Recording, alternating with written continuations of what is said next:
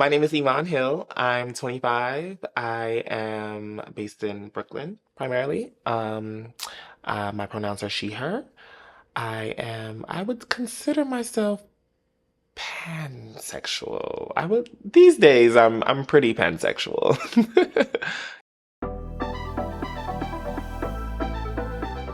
Iman is a multidisciplinary artist. She is a Renaissance woman, if I could speak about myself in the third person.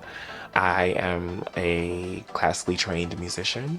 I am a songwriter. I am a advocate, an artivist, more so than an advocate, in using my creative mediums to express policy. I am a cultural worker. I am the CEO and founder of Cunt Collections, which is an ongoing archive of the house and ballroom community, which I have now expanded into an international journey. I am also just like a dear friend, a mother to some, a mentor to some, a sister to some. And I think those are more important titles than the ones aforementioned.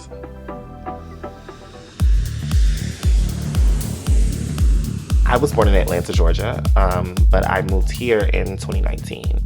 And when I moved here, I knew nothing about New York. I just knew that Atlanta, I had hit somewhat of a glass ceiling. I was in pursuit of new opportunities and new beginnings. So I packed my bags, I canceled my lease where I was staying at in Georgia. And I think I had maybe $70 to $100 in my pocket. And I got on a bus, a China bus, and I moved to New York. So that's my stomping grounds, and I moved to Brooklyn from there.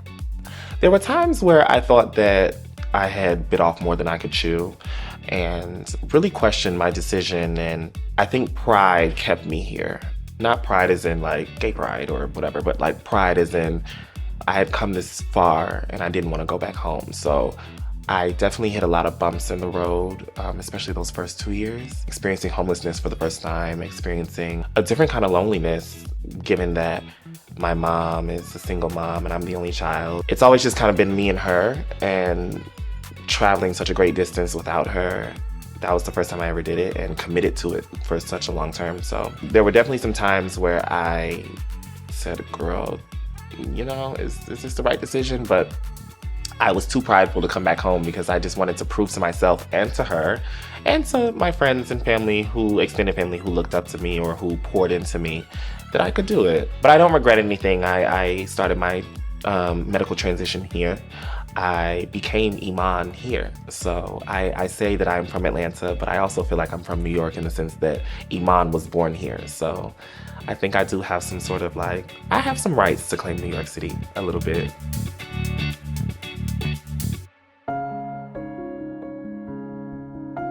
So one day I am driving through Atlanta, Midtown, and it was 2018. It's honestly a lot of traffic. And I'm like, yo, it's hot. My car didn't have no AC, so if when it's hot, you don't have no AC, the windows are rolled down, and you're hoping that you could get somewhere where it's not a lot of traffic so the wind can kind of cool you off. And I kid you not, I am passing Aid Atlanta or the AIDS Health Foundation. And I'm like, you know what? Let me go get tested. I was not as promiscuous I'm not even going to compare it to anything. I just was not promiscuous. I would have sex here and there. So I go in and I'm just like, why not? It would be good to know. And for some reason, I just felt responsible that day. I'm going to take charge of my health. So I go in and they prick me with the little thing. It wasn't really many people in the lobby, so I kind of went straight in. And they say, you're HIV positive. And I'm like, okay. And I think in protection of self, I didn't really show much emotion to the person that was there. But the person did kind of speak a lot of life into me, which I actually do appreciate, and just letting me know that it wasn't something to fear. That doesn't mean that I didn't have my own perceptions and stigma and conditionings about what I thought. And so in telling me all of these things, they're trying to get me signed up with a program that would eventually provide me medication. That program put me on a wait list for 3 months. which is like unheard of. Like I can't even remember what that program was because I didn't wait 3 months. But I remember the first person that I told, I went back out to my car and I'm sitting, 2 hands on the steering wheel, and I'm just like taking these very, very deep breaths. And the first person I called was my mom. I didn't really give her time to respond. And I think that was a defense mechanism for me. I called her and I said, I'm HIV positive. This is not a death sentence. I've been informed that there's ways that I can get treated. And a part of me felt now this burning passion to kind of put myself out there to be a resource for other people who may have been bombarded with this lifelong journey, and advocate for a healthy life, because essentially that's really all it is. It's just advocating for health. And I found the He Is Valuable organization, where there were Black and brown gay men at the time, this is before I transitioned, who all share this commonality. And I was able to see what life looked like beyond my years. At that time, I was like, I was 19. Beyond my years, and it really helped me see that there is joy always, you know, and thankfully, that being my first, I think my first steps into kind of tackling what I was going through, it was done so in such a way that stigma wasn't really a part of at least my my immediate surroundings.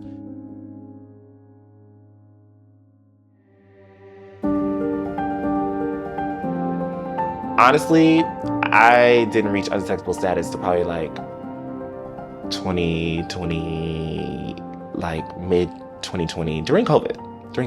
There were so many things happening at the time globally. You know, of course, we experienced the pandemic. But then at the time in 2018, when I was first diagnosed, like I said, it took me 3 months. Or like they were saying it was going to take me 3 months. So I'm taking these medicines and like, I'm on these like try this and then, you know, come back and do that. And honestly, it was hard to establish routine. And so because of that, it is hard to get your viral load to an undetectable status. I was asymptomatic when I was diagnosed. Like, I didn't feel anything. I didn't feel like my lymph nodes were swollen. I didn't feel feverish. I didn't feel, you know, like I wasn't experiencing anything. So I'm like, I'm fine. I just need to start taking medicine.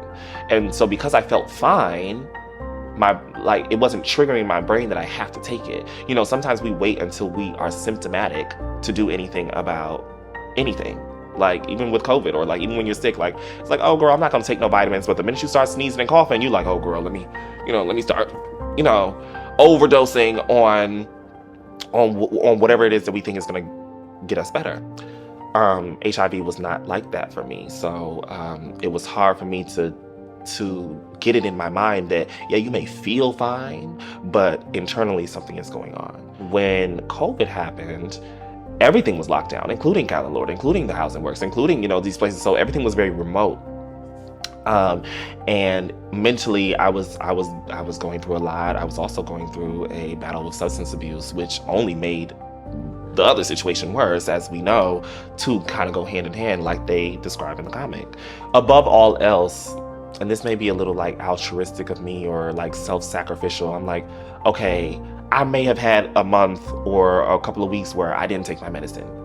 But if I'm going to engage with somebody, I'm like, okay, girl, or okay, Miss Thing, or hi, boy, I know, you want to get it on and, whatever, but we're going to have to wait because I got to get this. And I may not even tell them directly why we have to wait.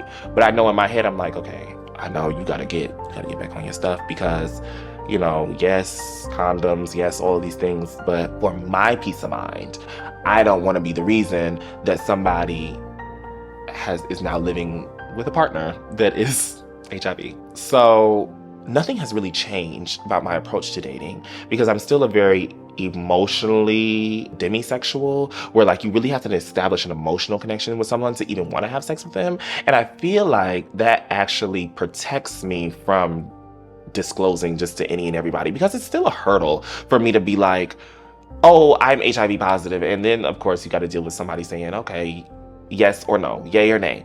And I'm just not really interested in setting myself up for that all the time, because I understand that in casual conversation, it's still taboo. In casual conversation, it's still tense. In casual conversation, it's still weighted, because we're all battling with those stigmas and those conditionings, where even the generations that came before us, you know, oftentimes are the example for how we then think about ourselves. So I think because this liberation is still fairly new, it's going to take a few generations for us to really get to a point where the common thought is HIV is okay. We all come from so many walks of life, especially growing up in the South, right? Like, there are still people who think that, like, and use language around HIV that is demonizing. So because of that, some of that still goes on in our communities, because we're only a reflection of the society we live in. But I don't think that people's intentions are to harm people. I think people want to be understanding. People want to be inclusive. People want to commune and gather and fellowship with people of all walks of life and experiences. But we're battling everything that we've been told. And I, myself, speaking for myself, did not come to this place of understanding until it happened to me. And that's unfortunate. And I can say that honestly, that when I was on the little apps and things that I'm not on anymore, and someone was open and brave enough to put on their profile that they were HIV positive, I was not talking to them. And I'm just going to be honest, but that's the problem. That's the problem. So I hate to say it, but I was part of the problem, is that we shouldn't have to wait till it happens to us to get education, to care, to have conversation, because that is what divides us. And yeah, everybody wants to be the warrior after the fact, instead of just being proactive to say hey, I'm not HIV positive, but I care enough to spread correct information and not false narratives that is going to further divide our community.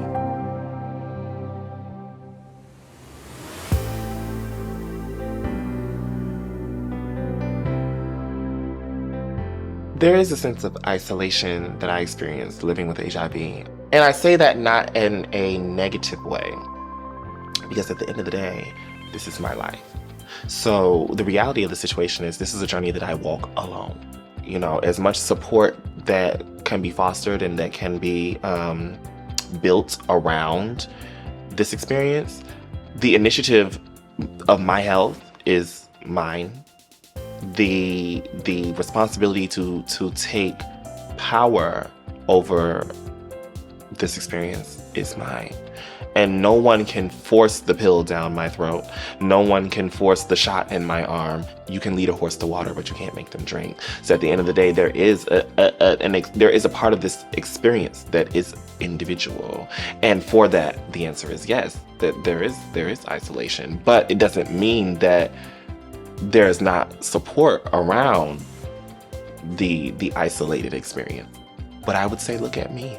And, you know, I'm now, what year are we in? 2024? I am 6 years in. I ain't going nowhere. I'm still here, still living, breathing, got 2 legs, 2 arms. You know, everything is fine. And, you know, it's okay. Establish a routine. Everything is still your control, in your control. And you're still authoritative over your life.